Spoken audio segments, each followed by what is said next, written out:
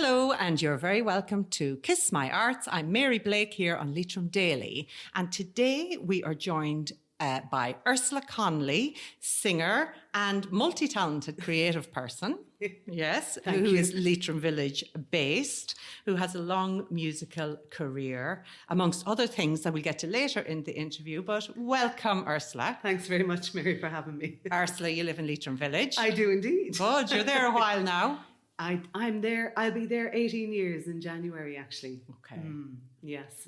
People often ask me why I moved there from Dublin, and I always say I moved here on a whim, but love kept me here. Oh, that's lovely. So romance kept you here. Romance That's kept me here. fantastic. Yeah, well, we're glad to have you.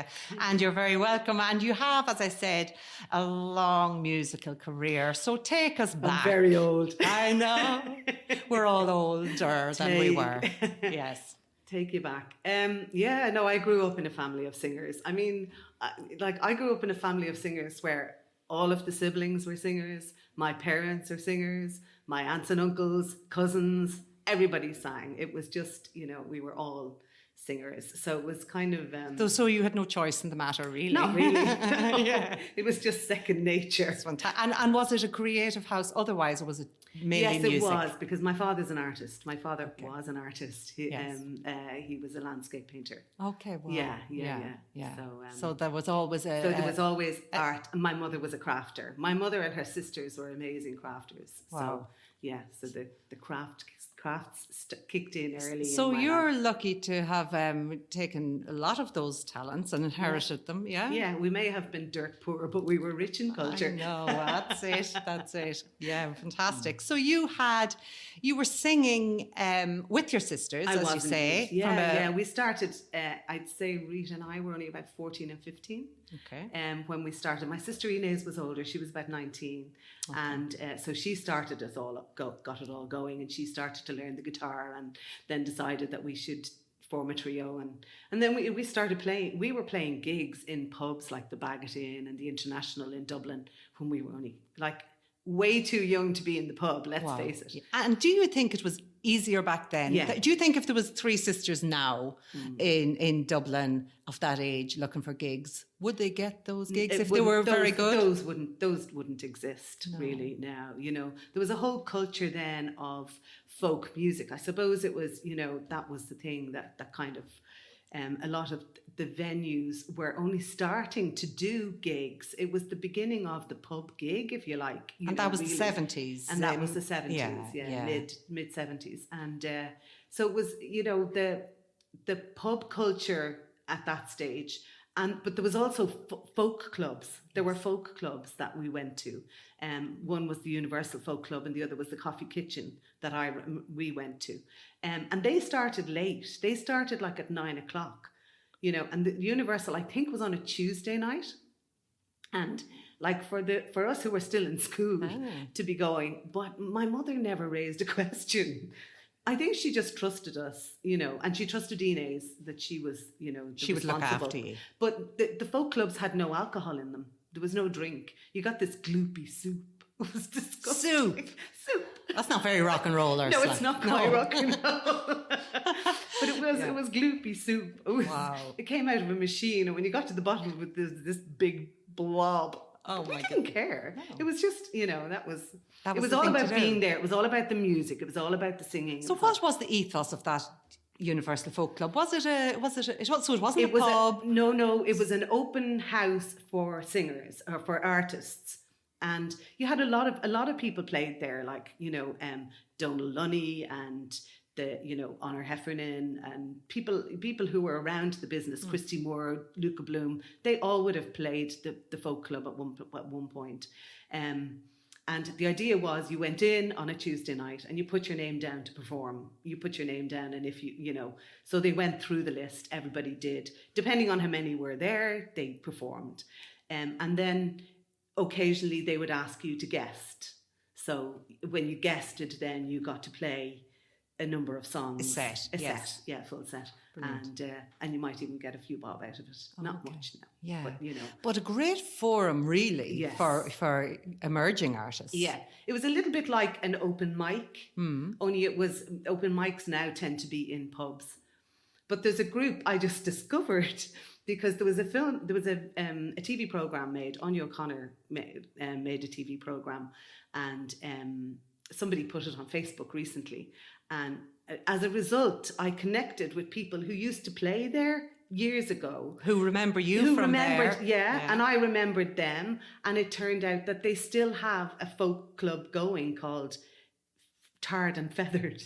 And it runs in a pub. I can't remember exactly where, but anyway. So I said, as soon as this is all over, I'm going to try and get there to do it, for the sentimentality of it. So that was kind of your first gig as such. Yeah. So the first time to stand up in front of an audience. And sometimes it's just breaking through that, doing that for the first time to just say, okay, well, I guess I am a singer. I guess it's something we were performing. We were performing as kids.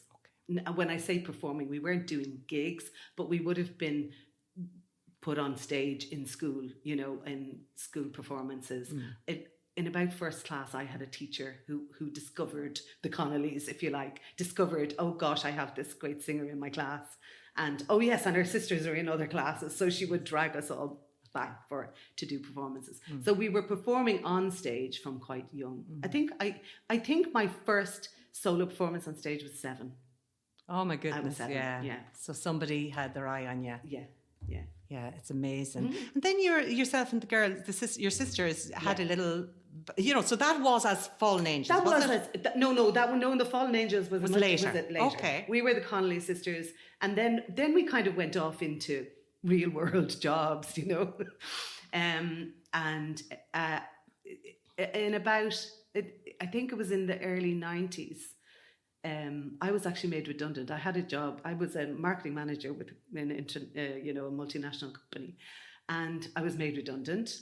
And I thought, okay, and I started looking for work. And then the Fallen Angels, who were a band that got together they came together in many forms, but the original lineup had Frances Black, Eilish Moore, who's Christy Moore's sister, Bridget Heffernan.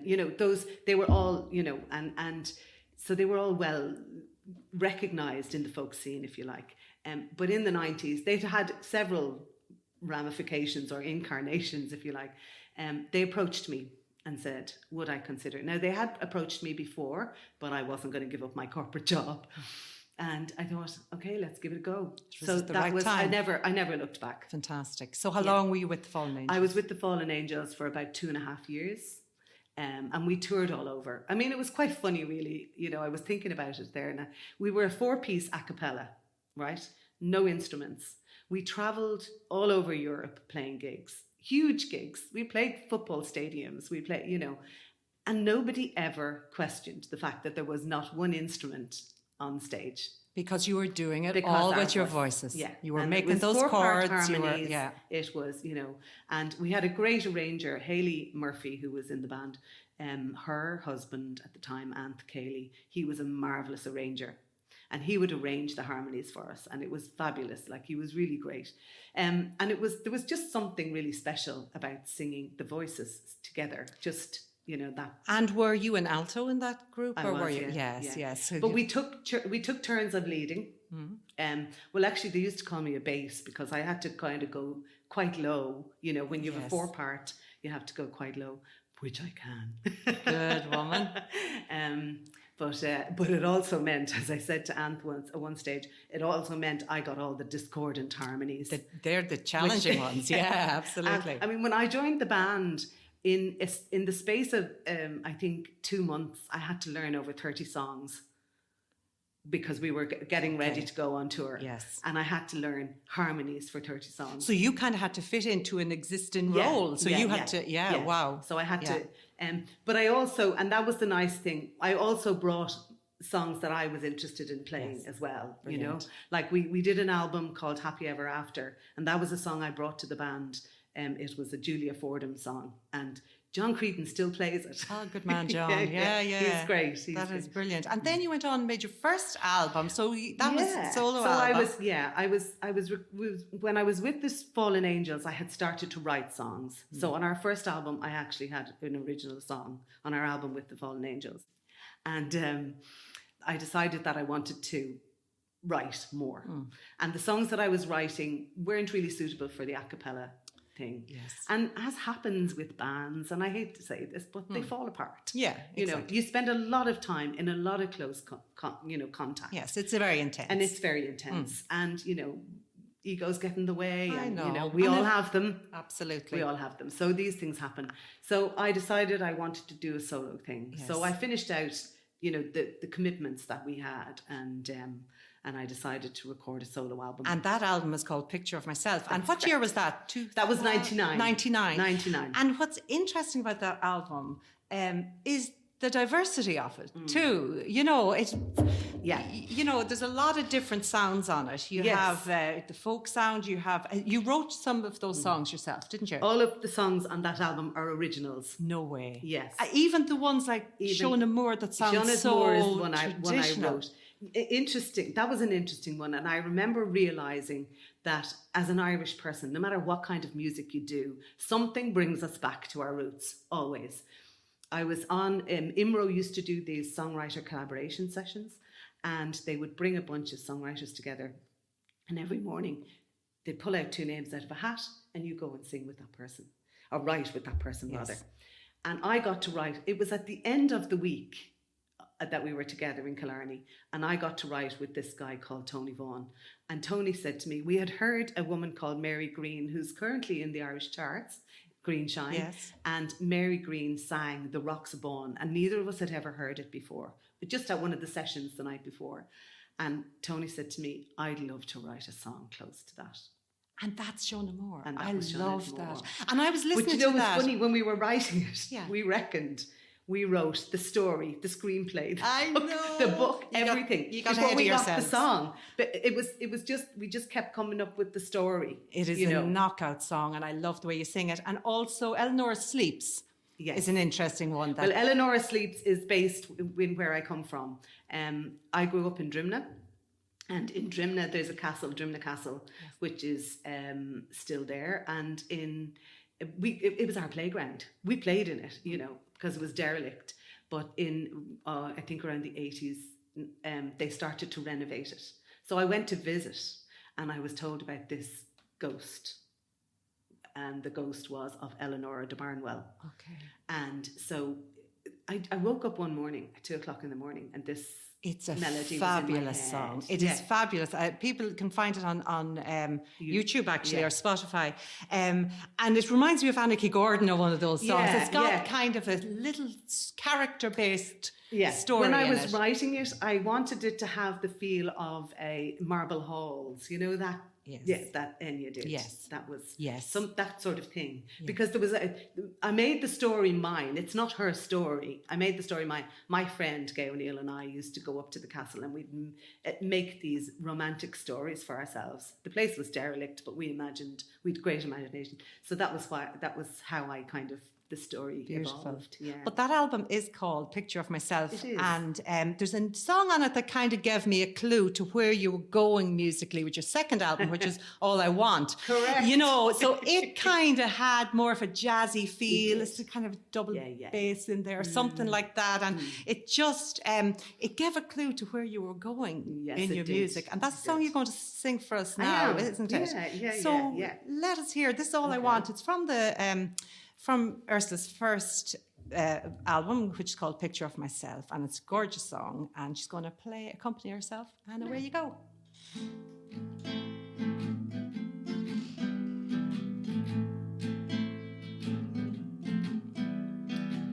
The minute you sat down beside me, I knew that I wanted to love you.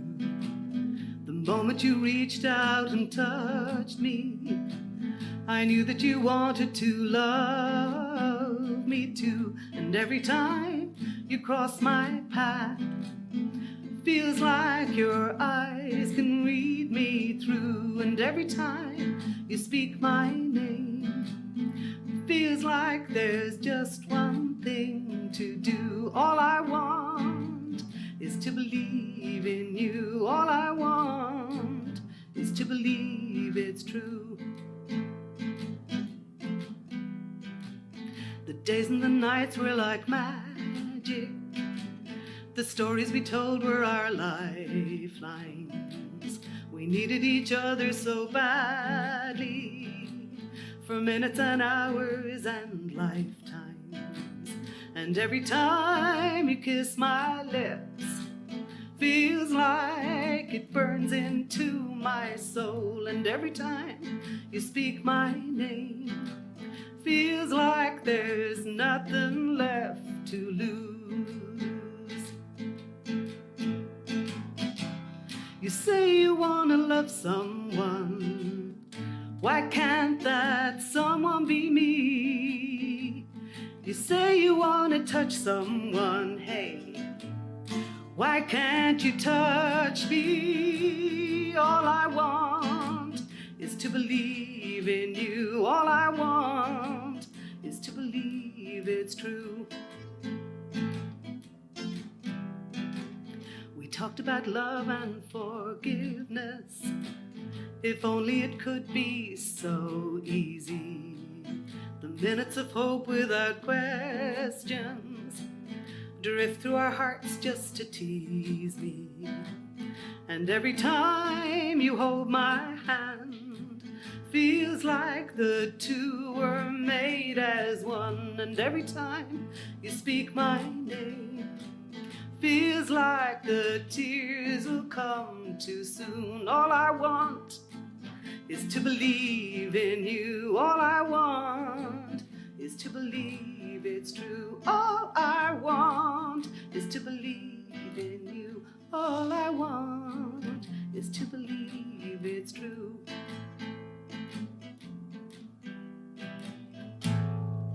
Beautiful. Ursula, you've been listening to Ursula Connolly singing her own song, All I Want, and accompanying herself on her guitar. And the guitar. And doing great. Want to remind you that today's episode is sponsored by the Dock Art Centre in Carrick-on-Shannon. We're very grateful to them for their continued support.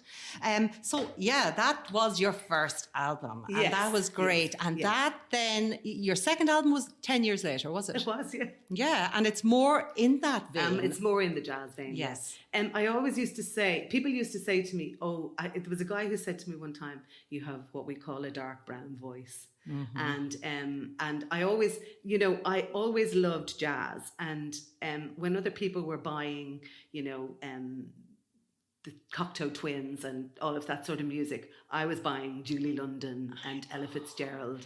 And Ella Fitzgerald, you have that warmth and that resonance and vibrato, and it's just I just think it's very authentic sounding as well, because we can hear the Irish in you too. Yeah. You know what I mean? Yeah. So and you're it's not singing an something- American accent or any of that. And it's something I say, I'm a voice coach, and it's one of the things I'm always saying to my students: stop putting on the American accent. Use your own accent. You listen to somebody like Imelda May, and she sings with her Dublin accent. And proud. And it's powerful. Yes. It's really, and the number of times that people, as when you're gigging outside of Ireland, people go, "Oh, your accent comes through. It's lovely." People love They want our to hear accent. it. Yeah. We just think it's real dead. That's our insecure Irishness. Isn't it just? And come here, you talk about being a vocal coach. So Yes. that is something you've been doing. For the last 5 years nearly. Yeah. And you're doing that from your home in Leitrim Village. Gigs started to dry up. You get a bit older and it's a little bit harder to get gigs, and also we went into that terrible slump, and things were just got a bit harder. So so I turned my hand. I went and I trained as a voice coach, and because actually what happened was, when I started to do jazz, I started to have problems with my own voice, and I'd never had any training. And I went to a wonderful singing teacher, actually, down in Sligo, called Auntie Kitty, and she was fantastic. And because I remember thinking, oh my God, I'm getting older, my voice is going, I'm losing it. And she said, not at all, you don't lose your voice, you just use it differently. So that was when my first experience, and I thought, oh my God, there's so much you can learn about singing. So I went and trained as a voice coach, not believing that there was much. I couldn't believe the amount that you can learn about being a singer. Having sung My whole life. I know. Because there was a little bit of, probably when I was growing up, there was certainly that thing of, if you went to a voice coach, you ended up singing opera. Yes, you were Or you were training. you it were was like training. They your were voice. training the Yes. voice. There was nobody doing contemporary singing. So that's what I do. I train contemporary singers. I don't train opera singers. I'm a voice coach for contemporary singers and actors. You know, anybody who uses their voice for their business. And my premise is, if you can speak, you can sing. Because a lot of people think that they can't sing, but actually the sound that you make doesn't come from your vocal cords. The air just comes through your vocal cords. You create the rest in your, what we call your resonators. So do you feel that somebody who hasn't got the musicality can still learn to sing? Yes. There is a tiny, tiny percentage of people who are entirely tone deaf. But that's only a tiny percentage. And you only have to look at this country. How many Irish people do you know who can belt out a tune in the pub on a Saturday night? Absolutely. The 90%, at least 90%. So, you know, and that's just because we have this culture of singing in this country, which is fantastic. But I also think there's a wealth of people out there who are afraid to sing because some teacher told them that they couldn't. In fact, I worked with a group, and I won't say who they were. I worked with a group not far from here who called me and asked me, would I work with a group of people who think they can't sing? And I said, certainly. And I went, and the first night I asked them all to tell me their experiences of singing. And all of them had one of them, the teacher told her to stick with the tennis. And someone else was told, mime. And there were all these things. And the truth is, by the end of, if I had said to them on the first night, I'm going to have you doing a gig by Christmas, they would have freaked. But by the time we were coming towards Christmas, we had actually agreed that we were going to do a gig, like just a charity gig. And they had actually agreed that they would perform. So they were all people who thought they couldn't sing. I'm not saying I could turn them into Beyonce or Andrea Bocelli, but I can. I love to work with people and get them singing because singing is so good for you. And you are giving them the joy of singing. Yeah. As you say, you're not trying to, they weren't coming to you saying, I want to be a fantastic soloist. They just wanted to experience that. They just wanted the joy. And each of them said every night when they went home, the following week they'd say, I was buzzed going home. And I said, that's what people get from doing gigs. That's the buzz that singers. That's why we always want to keep going back to the stage. And that's the payment, because let's face it, there's a lot of artists now not making the industrial average wage in their music. Yeah. So it's purely for that love and addiction of performing and that feeling and engaging with other people. And as we were talking just before the interview started about things like even singing with a choir and just being part of that blend of voices. I wish everybody would join a choir of some sort, you know. In fact, I during COVID, during the lockdown, I actually did a course online on working with choirs because I haven't worked a lot with groups of people. So I decided that I wanted to try and develop that because I think the buzz that people get, there's a number of benefits. Number one, if you sing in a choir, the heart rates of everybody in a choir sync. Did you know that? No, I did not. And that, so anybody who has any kind of heart issues should sing in a choir because it's actually very good for you. But the other thing is it releases dopamine. When we sing, it releases dopamine. It's why we sing around our kitchens and in the shower and in the car and we get a buzz. That's the buzz we're getting. So singing is good for you. 100%. And when you have somebody coming to you who wants to sound, so I'm just thinking of TV shows we've been so used to over the last few years, X Factor and The Voice and all these things. I have noticed that a lot of these young people, they're starting to sound, there's a sound now that I don't remember growing up. There's a voice type. Are they coming to you looking to sound like that? Yes, they are. So what I have to do, and it's there are styles, or fashions, if you like, in music. But the important thing that for me with a singer, you can do an Adele, you can belt, or you can do, an Ed Sheeran or whatever you want to do. But I want you to have your natural voice first. I want to hear your natural voice. and then you can evolve it into whatever you want. I get you. You know? So you're looking for their authentic voice. And how Yes. do you strip away all that they have learned and listened to? Exercises. Okay. yeah. Exercises. I do exercises. And it can be very difficult sometimes with younger people because they want to sound like, whoever. That was very good, Ursula. More of that. Whoever it is, they're emulating, and they, but the other thing is, these young kids come to me with songs and I read the lyrics and I go, holy God. Does your mother know you're listening to this? And the parent comes and I go, did you read these lyrics? And they go, oh my God. I know. They don't even hear it. No. Yeah. And a few times I thought, well, maybe I'll just adjust the lyrics, and I think, no. So what I try and do is I bring them back to their own voice, because it's important to understand your own voice. You have to sort of learn the rules before you can break them. Do you know that's the philosophy. You learn the basics and then you break them, and you can change it. You can make your voice do whatever sound you want to create. Okay, so then you can put your style understanding that you're on. doing it safely as well. Okay. Because Safely, you mean? Safely, vocal health. And do you think a lot of us could be kind of doing harm to our voice? I think a lot of people do harm to their voices. Yes. I think I've done it myself. I can't say I'm a saint, but back in the day, I would have gone to a pub session and sung till I was hoarse, and the following day have no voice at all. So, joining the Fallen Angels at that point I learned my lesson. I suddenly stopped the Saturday night singing till the cows came home. Because my voice became my job. Yeah. So, but a lot of people, I think, put a lot of strain on their voices as well, without knowing how to, particularly if they're singing these, the songs that are in the musicals like Never Enough and, those kind of, and it's like full belt.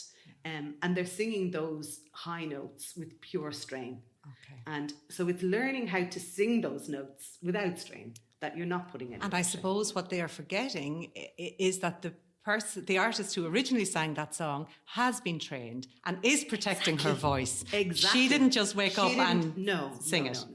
And she didn't sing it when she was 10. So if somebody is coming to you now looking for voice training, so how do they contact you? They can contact me through my Facebook page, which is the Village Voice Studio. Or they can contact me directly on my mobile, which is And do you want me to give the number? Yeah, you might as well. It's 087 2377 520. And so are you now with COVID, if you're listening to this in the future, guys, this is the middle of the COVID. I'm sure it'll be all over any day now. But are you doing lessons on Skype? I'm not doing lessons at the moment. No. Oh, I will do lessons. I'm looking to see whether I can start back up in October. For the moment, I'm not. Because I operate out of my home and it's too not risky. safe. Yeah, no. It's not safe. And so that's your vocal coach. And then, as if that's not enough, Ursula is also a quilter and a crafty person, crafty girl. She brought in this gorgeous monkey for us with Kiss My Arts on it. So we'll put that up on the Facebook page. Yes. Tell me about your Auntie Kitty's button box. Well, Auntie Kitty's button box was named for my Auntie Kitty because I inherited a lot of her sewing room after she died. My mother had these two sisters who I reckon ordained every priest in Africa through their crafting, raising money for various charities and missions and whatever. And my mother was a great crafter. So I quilted and I made rag dolls when I was a teenager. And I just started making bags and quilts and blankets and then I started selling them. A group of us got together and we had a shop in Sligo for a while inside Lyons, which was called Lime Green Umbrella. But we didn't get the footfall there really. And I moved then to Strandhill Market. And I've been in Strandhill Market for over 4 years now. So Strandhill Market reopened last Sunday, but unfortunately, because I'm an asthmatic, I'm not taking the chance of opening my stall just yet. Okay, you're just holding back. Yeah, so I'm working on a website, getting the website. Okay, and how do we find the website? I haven't. Oh, you're working on it. I'm only working on it at the so moment. You'll put a but people can find me. I have a Facebook page called Auntie Kitty's Button Box. But I make unique baby blankets. All of my stuff is unique. with cotton and fleece, and I make these sock monkeys that are my biggest seller. Everybody, so you make everybody loves little sock bespoke. monkey. So kind of if you wanted it to be personalized, the blankets can be personalized, and the work is so good and so detailed and beautiful. And Thank you you. do that Yeah. for pleasure? Do you? I love it. Would you do that now, sitting by the fire in the evening? Yeah, the monkeys are a large part of the monkeys is made by hand, and hand sewing I love. I would sit watching TV and blitz out on making monkeys. Again, no more than the soup. It's not very rock and roll. No, not quite. But it's fantastic. Yeah, it's so different to have that. Different part of your life that you can enjoy. But you see, I think creativity begets creativity. Yeah. I think the more you expose yourself to creative things, and try them. I learned back in 1999, actually, when I was with the Fallen Angels, one of the girls introduced me to a book called The Artist's Way by a woman called Julia Cameron. She used to be married to Martin Scorsese. And it's a 12-week program of discovering your creativity. And honestly, it was one of those life-changing books for me. It was, through the 12 weeks, you kind of dipped into all sorts of things creatively, just to push your creative thinking a little bit, and I've never looked back. I always, sometimes you think the moment when something flipped in your head and you got that oh god, eureka moment. I can try anything. I can try. And would you find it relaxing? Love it. I would. See? Yeah, absolutely. Yeah, amazing. Yeah. It is to me, crafting is the most, because it's actually mindful. You have to do it. You have to be in the moment when whether you're making a birthday card or you're making a sock monkey. Yes. You have to be in that moment.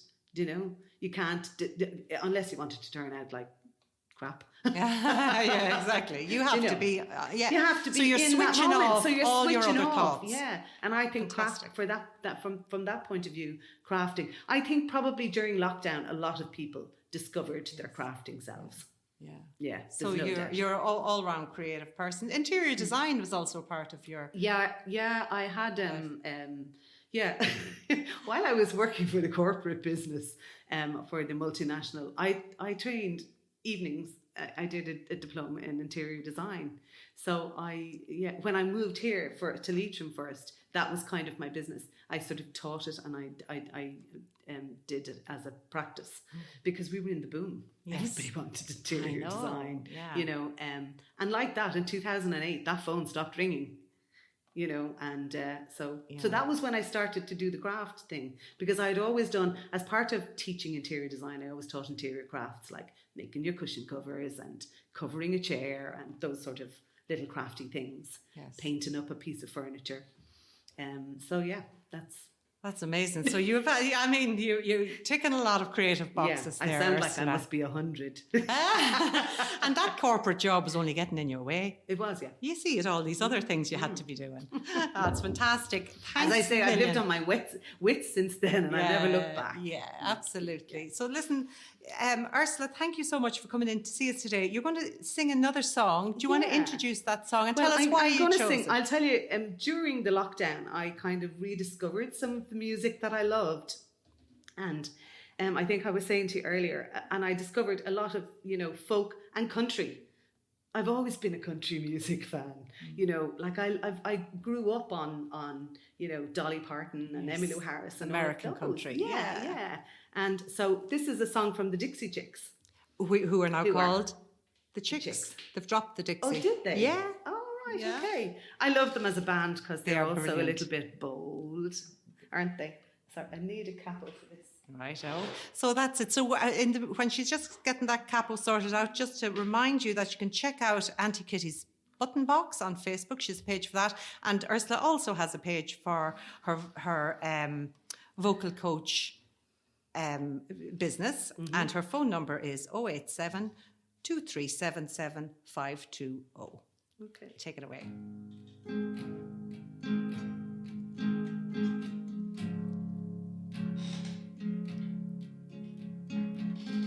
Dragon tails and the water is wide.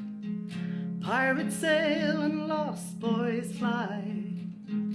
Fish bite moonbeams every night. And I love you. Godspeed, little man. Sweet dreams, little man. Oh, my love will fly to you each night on angels' wings. Godspeed, sweet dreams.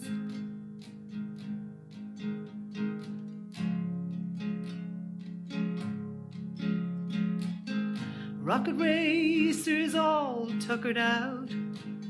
Superman's in pajamas on the couch. The goodnight moon will find the mouse. And I love you. Godspeed, little man. Sweet dreams, little man. Oh, my love will fly to you each night on angels' wings. Godspeed, sweet dreams.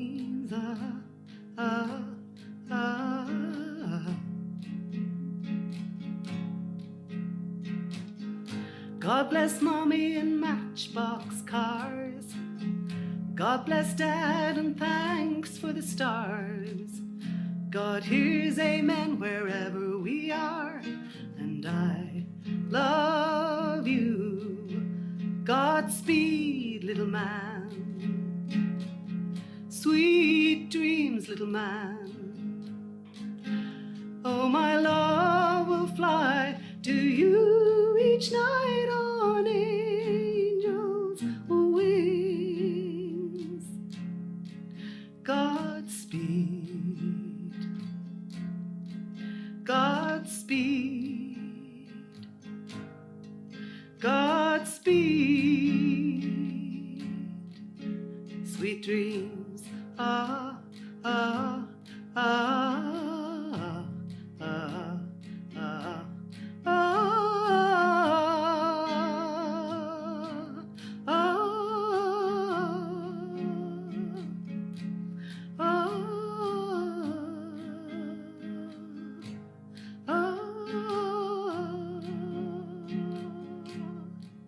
Sweet dreams. Godspeed, Ursula Connolly. Thanks a million for coming in to see us today on Kiss My Arts. Thank you.